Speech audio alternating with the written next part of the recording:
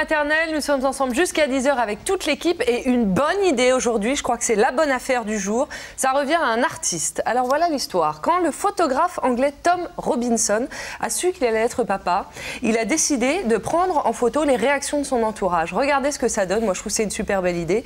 Sa technique donc, il a l'appareil photo à la main, il annonce la nouvelle, je vais être papa, clac, il prend la photo, tout le monde a évidemment des super jolies réactions, je trouve, étonné, heureux, joyeux, hystérique aussi, ça c'est la sœur par webcam. Bref, ça donne un très joli projet. Tout le monde a bien réagi sauf son meilleur pote qui déteste les enfants. Regardez la photo, ce que ça donne. Il aime pas les enfants, donc il a trouvé ça nul. Alors voilà, moi je trouve que c'est une super belle idée parce que finalement, ce qui est beau, c'est d'essayer d'attraper cette belle émotion quand on annonce un heureux événement, quelque chose qui nous tient à cœur. Je vois les yeux de Thomas qui disent qu'est-ce qu'elle nous prépare. Enfin, raconter à ses proches son secret, qu'est-ce qui nous comblerait de bonheur. Alors j'ai fait la même chose.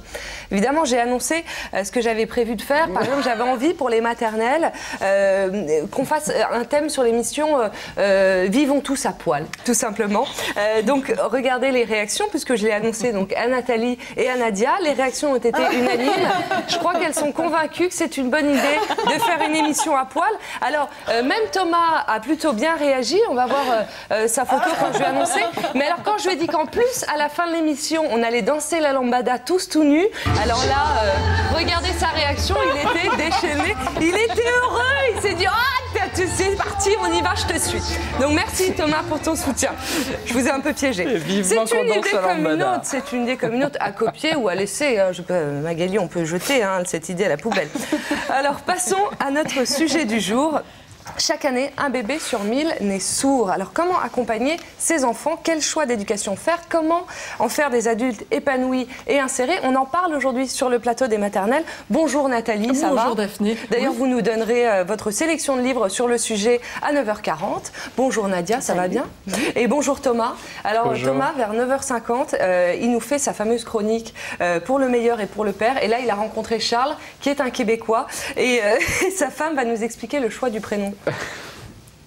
Amanda, alors ça peut être comme joli, mais dit par un Québécois bien du Québec, ça donne... Amanda. Alors Amando, du coup elle s'appelle ça Amanda.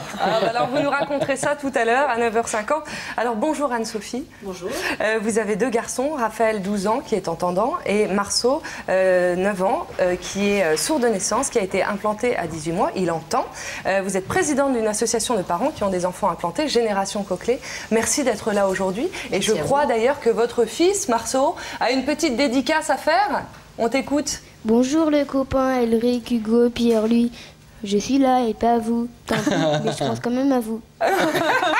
Merci Marceau. Merci, nous aussi on pense à tes copains.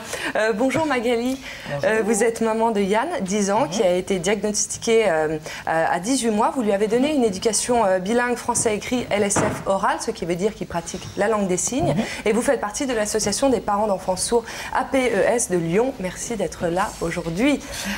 Bonjour Martial Franzoni, alors vous êtes orthophoniste et vous êtes président du BIAP, le Bureau international d'audiophonologie. Merci d'être là aussi. Bonjour, vous allez nous apporter plein de réponses. Mais avant de commencer, c'est un peu comme le bonjour, avant le ça va? C'est Nadia.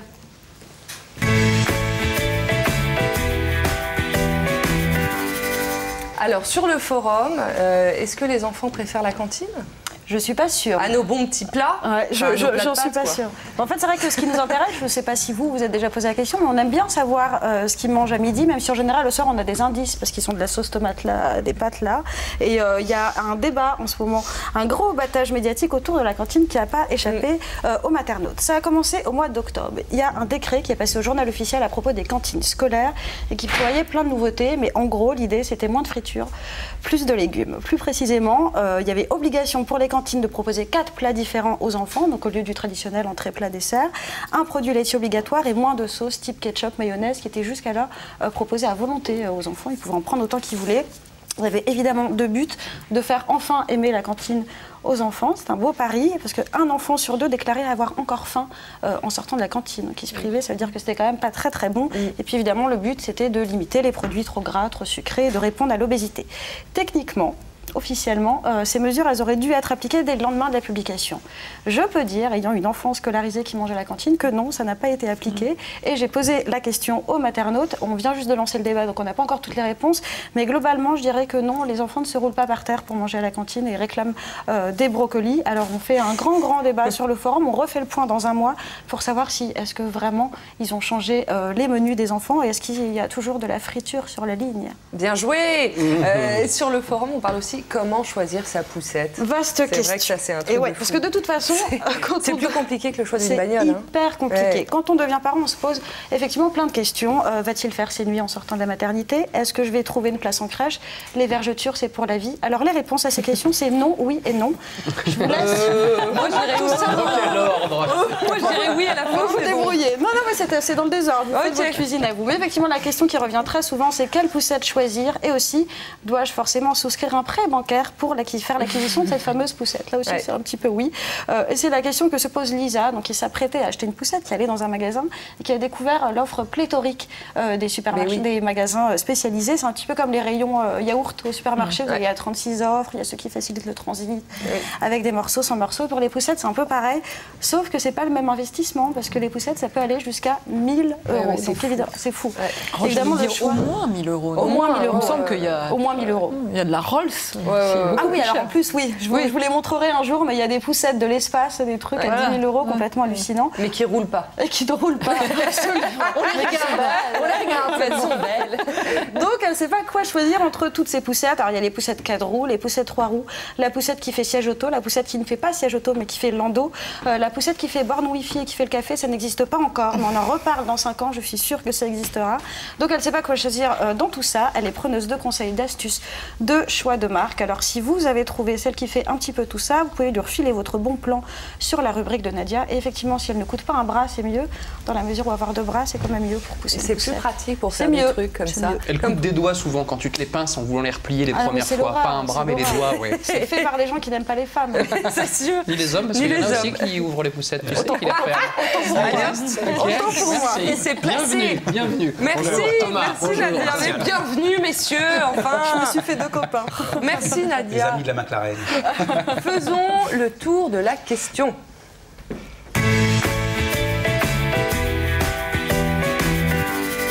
Alors, mon enfant est sourd, comment l'accompagner? Le but aujourd'hui de cette émission, c'est simplement de vous présenter, de vous montrer tous les choix qui s'offrent aux parents aujourd'hui. On va commencer par le vrai-faux, c'est vous qui vous y collez. Alors attention, la surdité est génétique, vrai ou faux?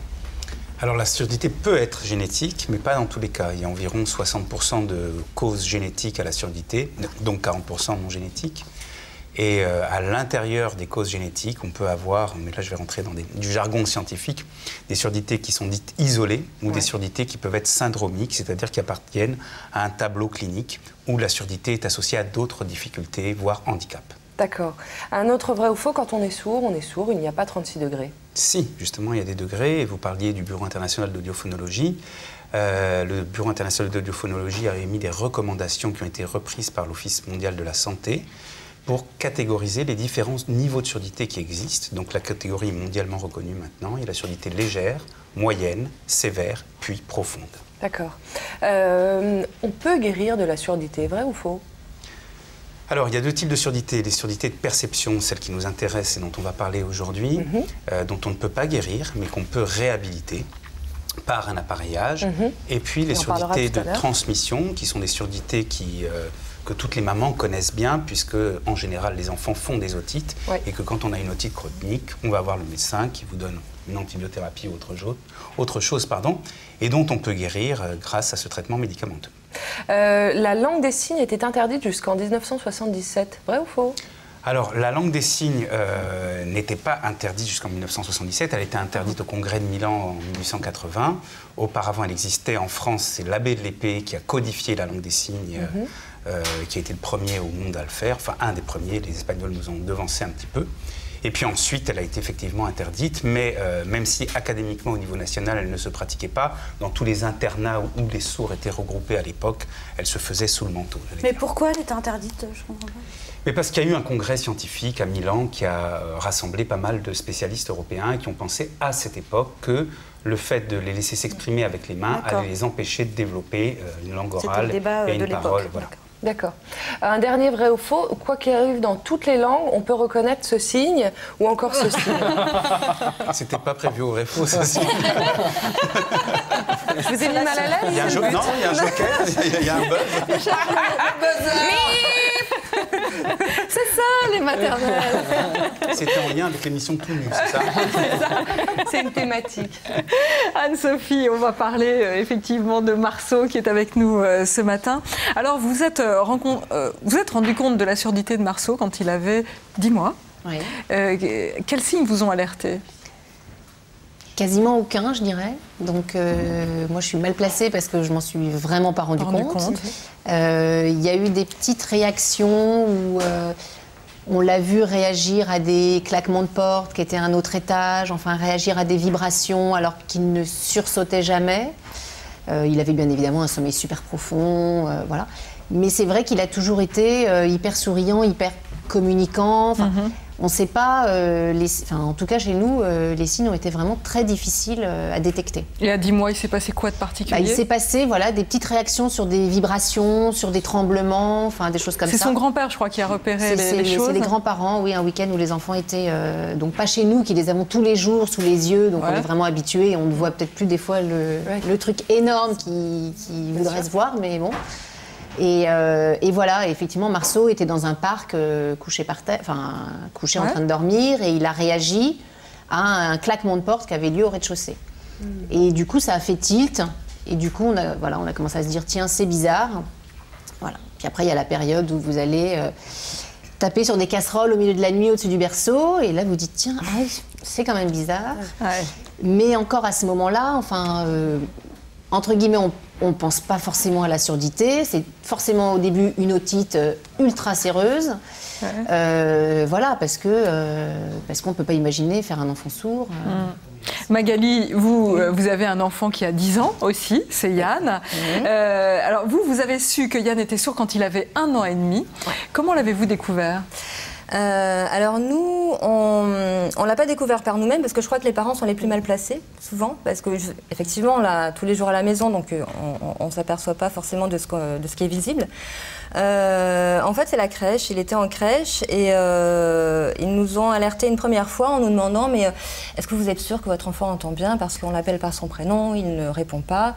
Nous on a dit il était en train de jouer. Il s'est absorbé par autre chose. Exactement, tout va bien. Tout va bien.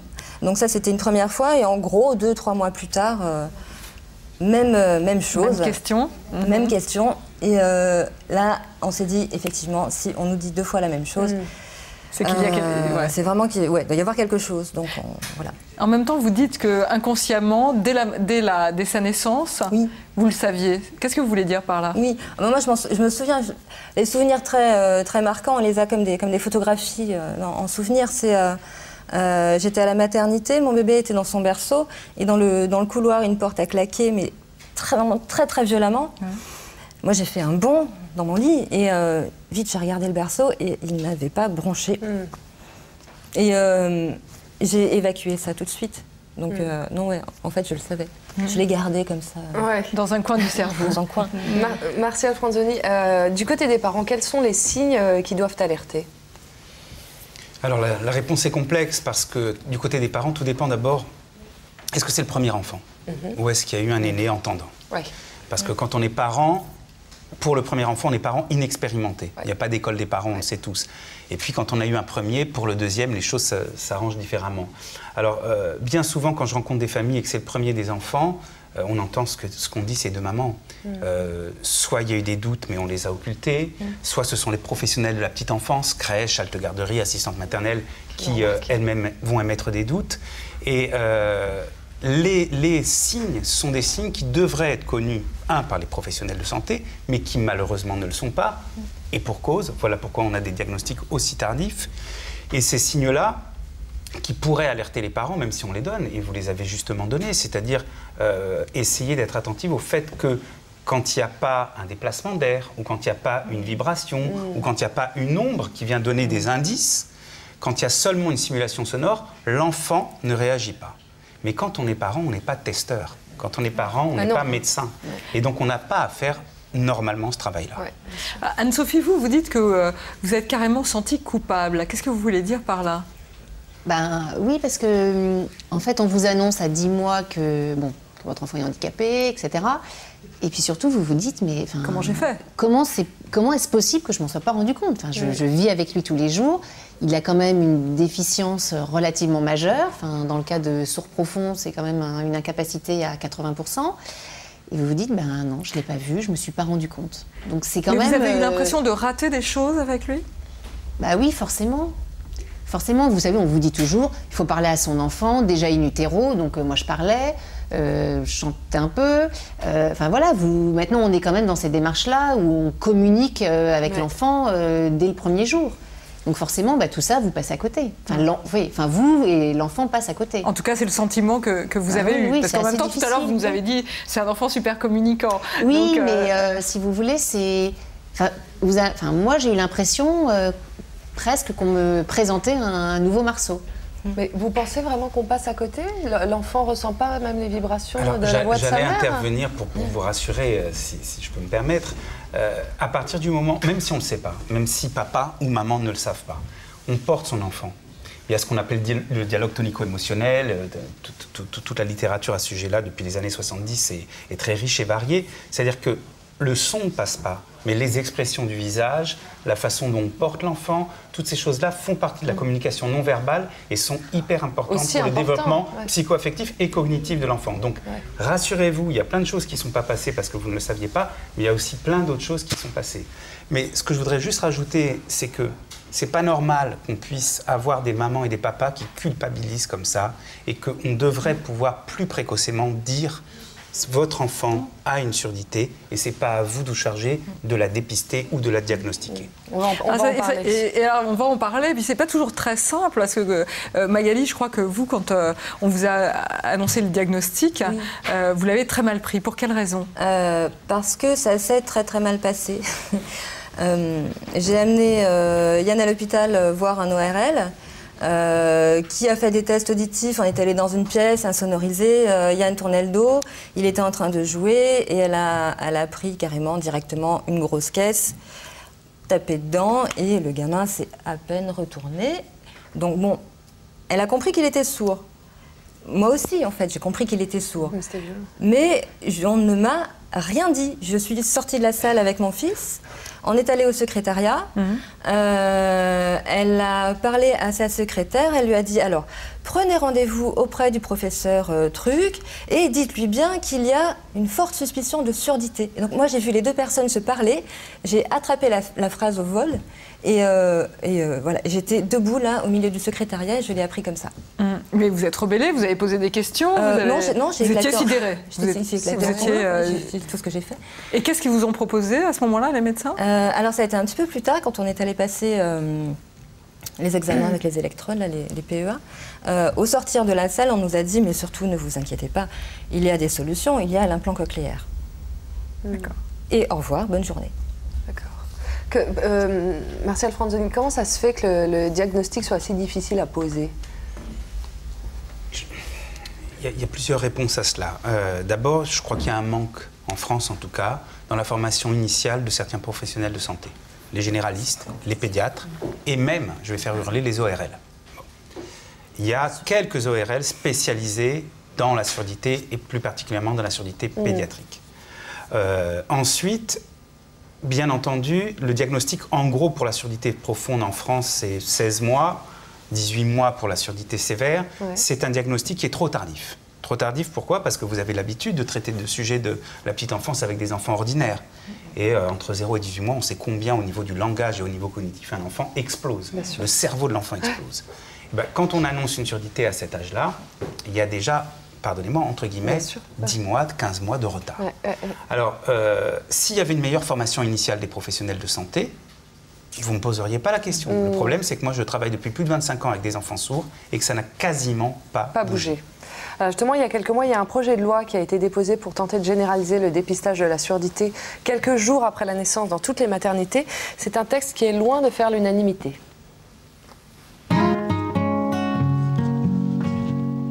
Je vais lui mettre 3 petites électrodes. Oui. De manière à ce que la machine puisse capter la réaction du bébé. D'accord. Voilà, ça le dérange. On positionne ces petits écouteurs sur les oreilles du bébé, de chaque côté. Ces écouteurs vont délivrer un bruit de 35 décibels. Ça correspond à la voix douce. Et on va enregistrer la réponse du cerveau à la stimulation sonore. Grâce à ce test, on peut donc dépister les capacités auditives de l'enfant. On les teste à voix douce, donc on dépiste les surdité au-delà de légères.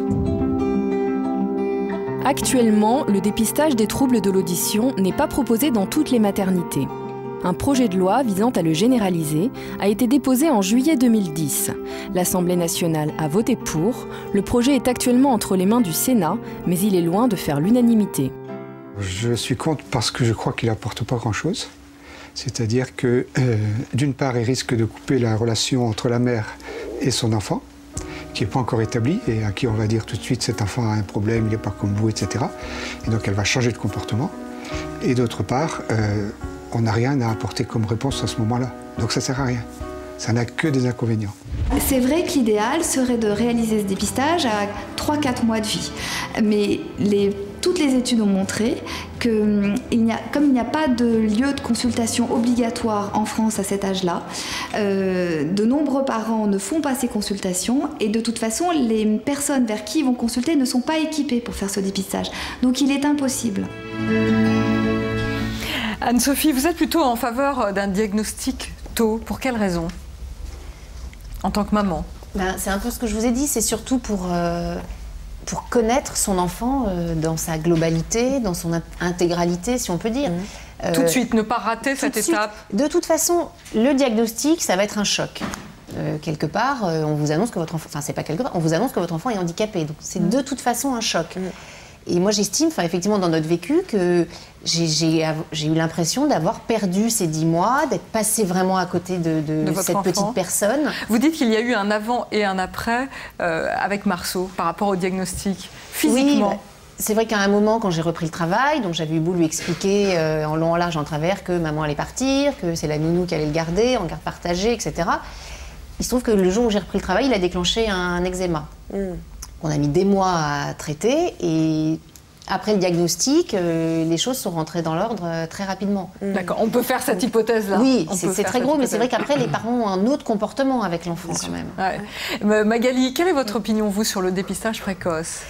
Je rappelle que Marceau, c'était 10 mois, vous, 1 an et demi. Alors, moi, c'était un an et demi. Alors, effectivement, 1 an et demi, c'est beaucoup trop tard. C'est vraiment beaucoup trop tard. En revanche, il faudrait peut-être trouver un juste milieu entre 1 an et demi et 2 jours. Il faut qu'il y ait un dépistage, mais il faut qu'il soit fait en temps voulu, c'est-à-dire pas à 2 jours, mais effectivement avant 6 mois, parce que mon expérience propre, je me suis bien aperçue qu'entre 0 et 6 mois, il n'y a eu aucun problème de communication avec mon fils, mais rien. Personne ne pouvait imaginer qu'il était sourd à ce moment-là. C'est un bébé heureux, tout à fait ordinaire. Mais moi, ce que j'aurais souhaité, au moment où on m'a annoncé la surdité, j'aurais souhaité qu'il y ait un accompagnement derrière. À l'heure actuelle, il n'y a rien. Martial Franzoni, vous pensez quoi pour votre opinion sur le dépistage ? Alors, je vais essayer d'être un petit peu mesuré, je serai pas aussi négatif que vous l'êtes. Moi, je suis favorable au dépistage à J+2, c'est-à-dire au moment de la maternité. À J+ combien ? 2. À J+2. À 2 jours. Pourquoi j'y suis favorable ? Parce que, comme on le disait justement dans le reportage, il n'y a pas d'autre moyen au jour d'aujourd'hui et que je pense que le mieux est l'ennemi du bien. C'est-à-dire qu'on connaît la situation actuelle et elle est dramatique. Elle n'a pas évolué depuis plus d'un quart de siècle. Si on arrive à mettre en place un dépistage au moment de la maternité, c'est parce que, pardonnez l'expression, elle n'est pas très jolie, la population est captive. C'est-à-dire que tous les enfants de France et toutes les mamans de France accouchent à la maternité. On est des latins. On ne reviendra pas, comme les gens d'Europe du Nord, à N+4 mois pour refaire, sauf si c'est obligatoire et qu'il y a des mesures coercitives, un examen médical pour faire un dépistage. Bon. Le deuxième point pour lequel je suis un petit peu plus mesuré que vous, dans mon appréciation, c'est qu'on ne dit pas aux parents, c'est pas ce qui est prévu, votre enfant est sourd à J+2. On parle d'un test qui a montré qu'il y avait peut-être un trouble de l'audition, ou alors que l'appareil n'a pas réagi. Et on va en faire un second 2 jours après. Et puis si ça ne se passe pas bien, on va proposer aux parents 3 semaines après, d'aller dans un centre de dépistage de la surdité où là, il y a une équipe pluridisciplinaire. Il s'agit d'un service hospitalier ORL pédiatrique. C'est là ensuite, quand il va y avoir des examens objectifs, qu'entre ce moment-là, de l'annonce du diagnostic, qui ne sera plus le dépistage, et le moment de la prise en charge et du suivi pluridisciplinaire, orthophonique, psychologique, etc., que les parents peuvent être démunis. Et là où je vous rejoins, c'est qu'il faut qu'il y ait des mesures complémentaires qui soient accordées au dépistage tel qu'il a été voté initialement à la Chambre, mais pas encore au Sénat. Anne-Sophie, alors vous avez vite refait surface. Quelles solutions vous ont été proposées? Alors moi, contrairement à Magali, j'ai eu un dépistage forcément douloureux, mais très encadré chez un professionnel qui m'a tout de suite, qui nous a tout de suite proposé l'échantillon des solutions, des outils, des parcours. On a eu très rapidement, on l'a vu sur 3 jours, on est revenu tous les jours, donc on a été très encadré, chouchouté, et on a effectivement eu un peu le panel du monde des sourds, parce que vous débarquez quand même du jour au lendemain dans un monde parallèle, avec ses codes, ses populations, enfin voilà, ses professionnels, et vous n'y connaissez juste rien. Donc voilà. Martial Franzoni, quelle est la différence de fond entre LSF et LPC? Et je sais que c'est délicat. La LSF, la langue des signes française, c'est une langue à part entière. D'accord.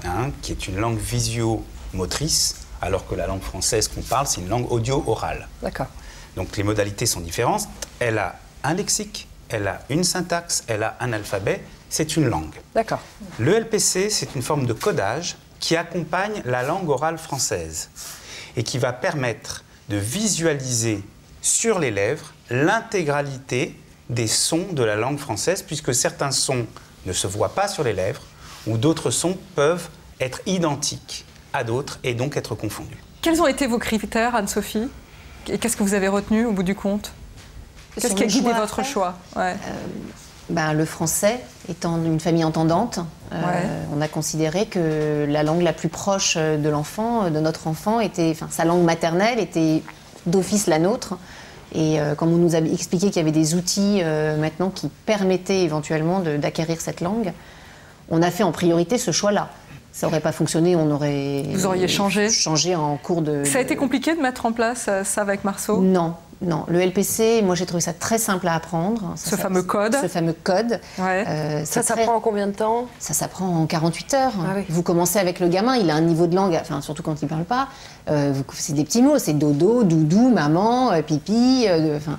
C'est des mots très simples, et plus le niveau de langue de l'enfant monte, et plus vous codez, et donc plus vous devenez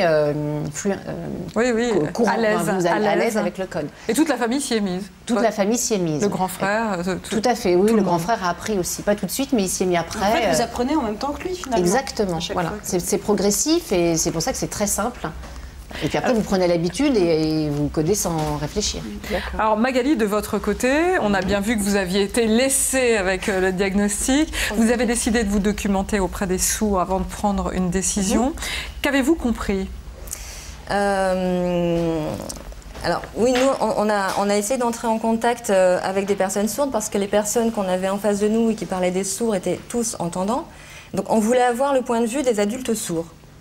Voilà, parce que notre fils est sourd, il allait devenir un adulte sourd, donc on est allé les voir. Et alors nous, ce qu'on a compris de la langue des signes, c'est que, alors effectivement, ça n'est pas sa langue maternelle, puisque ça n'est pas ma langue.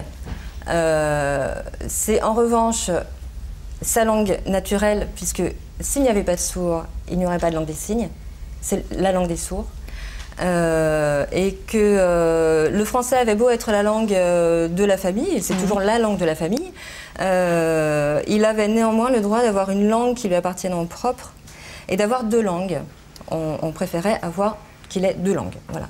Donc ça veut dire qu'il a la langue des signes? À la maison, il a la langue des signes, et c'était aussi pour l'amener au français, c'est-à-dire on voulait qu'il ait une langue à laquelle il ait un accès totalement spontané, direct, sans contrainte, donc, pour le comprendre et pour s'exprimer le plus rapidement possible, donc la langue des signes, et de façon à ce que plus tard, il puisse faire le pont avec le français, avec une langue à la base qui soit très très construite, pour accéder à son tour à une langue française très construite, très riche, pour ne pas devenir, comme on nous l'avait annoncé, mais vous savez, 80% des sourds sont illettrés. D'accord. Martial Franzoni, c'est un choix cornélien pour les parents. Comment faire ce choix? Alors, il est d'autant plus cornélien que le premier contact avec des professionnels peut être dogmatique. Le tout, c'est d'avoir